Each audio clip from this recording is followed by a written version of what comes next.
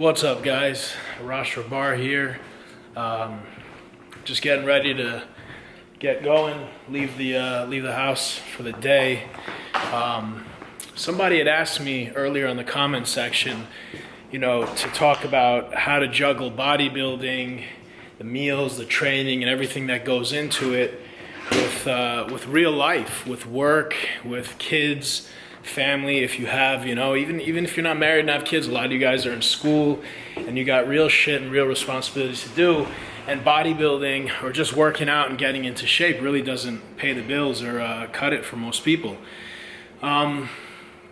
Before I even go into how to structure your day or little tips that could help, first things first, when you really want something, when you truly love something and have a desire to make it happen and to move forward with it, you find ways, no matter what it is. People will make time to go to a game. People will make time to do things that they want to do. But when the thing is tiresome or annoying, or they don't really want to do it, they'll come up with excuses and be like, oh, I don't have the time, or I'm tired, or oh, dude, I work so many hours. There's always time. You can always manage your time better.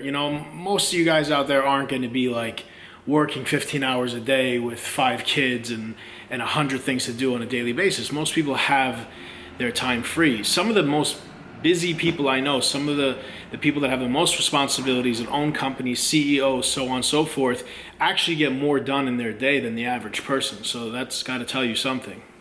So, if you really want something, you'll make it happen. They talk about relationships are all about compromise. Well, you're not going to compromise in a relationship unless you really love the person or unless you really want the relationship to work. When you don't really like the person, you're difficult. You're not going to compromise. You're going to give them shit, and you're not going to do what it takes to make them happy or make the relationship work, right? But if you really love them and you want to make the relationship work, or whatever the case may be, you want a family or you want that life, then you eat some shit if you need to, and you keep your mouth shut at certain times and you compromise. So the same thing goes for anything else, work, bodybuilding, anything in life, in my opinion. So let's say you have a crazy work schedule. You work all day, maybe you even have some classes, and then you have a small time slot to go to the gym, and then you come back home at night and you're exhausted. So how the hell do you pack your meals? How do you cook? How are you ready for the next day? A lot of times when you get home, you're exhausted to get shit ready for the next day. When I was younger and I first started, I used to cook all my meals in the morning.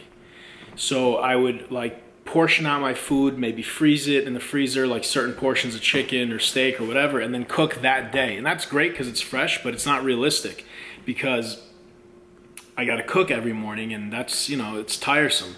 So as the years went on, I realized, this shit's not working out. So I started to cook about 4 days worth of food. And some people are nitpicky about food being fresh. I mean, I've had food that sat in the fridge for more than 4 days, 5 days. And as long as your fridge is cold and the food is in a really airtight, sealed, I like glass better than plastic, Tupperware, it'll stay fresh. And I never overcook my food. My steak I eat basically raw. I eat medium rare or rare.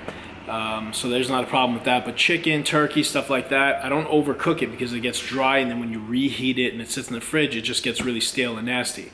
So what I'll do is I'll cook one shot. I'll cook a bunch of chicken. I'll cook a bunch of yams, a bunch of rice, a bunch of vegetables, and they're all sealed tightly and put away in the fridge. And then that morning, I don't even actually pack individual meals. Some people will make 6 meals times 4 or 5 days. They'll have 30 meals, 20 something meals and in the fridge labeled. I don't do that. I just put them in big containers in Tupperware, and then that morning I'll weigh out and actually portion the meals. So that, without the cooking, only takes me about 3-4 minutes. So that's what I do. So I'll cook all one shot for about 4 days, and then I'll portion it out for the day. And my days, since I make my own schedule, they're different. I'll be sometimes I don't even take food with me. I'll eat out if I know I'm going to be somewhere where it has a decent place that I can eat. Like I said in my other video, I eat a lot of Boston Market. Or you can really eat healthy anywhere you go, man. You just got to think creative. I mean, it's a kitchen. They have a kitchen back there. You tell them to make you what you want. You tell them to, don't put this or put that or make a custom meal. But if I know I'm going to be out of the house for 6, 7 hours, 8 hours, then yeah, I'll pack accordingly, especially if I'm on a diet or a strict plan or something. So I do that. If you really don't have the time, you get up a little bit earlier one day and you do this. And then training, you know, a lot of guys spend too much time in the gym talking to people and on their phones. If you don't have time, you can get a serious, intense workout in 30 minutes. It sounds crazy. Sometimes I'm in the gym for 2.5 hours when I'm prepping for a show, but just to get a solid workout in, you warm up, you lift really heavy for a short period of time, and you're done. You don't need to do 15 exercises. I mean, 6-7 exercises per body part is insane. It's ridiculous. You know, I hear a lot of people on the internet talking about, oh, there's no such thing as overtraining, you know, no pain, no gain. Okay, fine. It's great to train hard. I'm an advocate of that. Anyone that knows how I train knows that I train hard.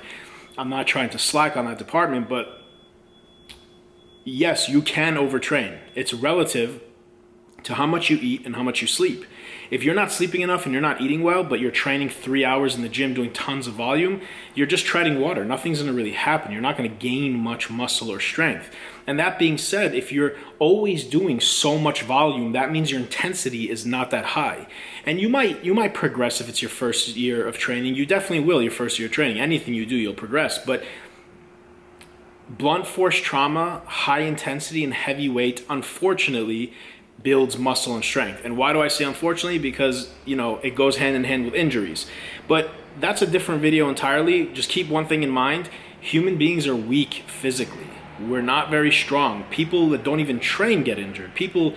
Secretaries have arthritis. Golf players have tennis elbows. So you guys got to be really, really careful. Going into a weight room can be really dangerous. I mean, you're going into a structure and you're lifting heavy shit and awkward movements. If you really think about it, it's kind of a funny scenario gyms are. So make it happen, man. Even if it's 30 minutes and you get into the gym, make it happen. But sometimes somebody's gym is far, or they're in traffic, or it takes 10 minutes to find parking in the gym. These big health clubs I've been to, which I hate, they're fucking packed. It takes forever waiting for equipment. You got to go to a gym that's not going to be like that, and you can get in and out quick.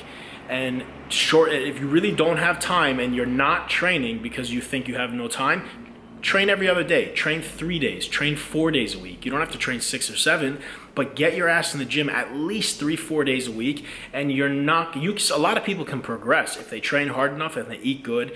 But even if you don't progress, at least you won't lose your muscle. You won't lose your size. Your body won't go to complete shit. We pretty much go to complete shit pretty quickly. I mean, you can train your ass off for 20 years. You don't train for like 2 months and you get soft, your body composition completely changes, unfortunately. So get your ass in the gym, even if it's for 30 minutes. I'll post some workouts in the future, some high intensity, low volume workouts, but strength training workouts, just heavy weight, lower volume, lower reps, you're still going to get results. And those workouts burn a lot of calories.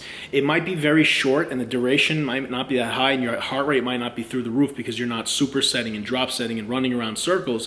But when you lift heavy, you burn a lot of calories, and that shit is very, very taxing on your body and your central nervous system. You'll literally feel it. When I have a heavy, heavy training session and I go home and eat, I'm about to literally pass out. And that's a great time to sleep if you can, but my schedule most of the time doesn't allow it. But sleeping after you train, after the meal, is a great time because we all know we recover and rest during sleep.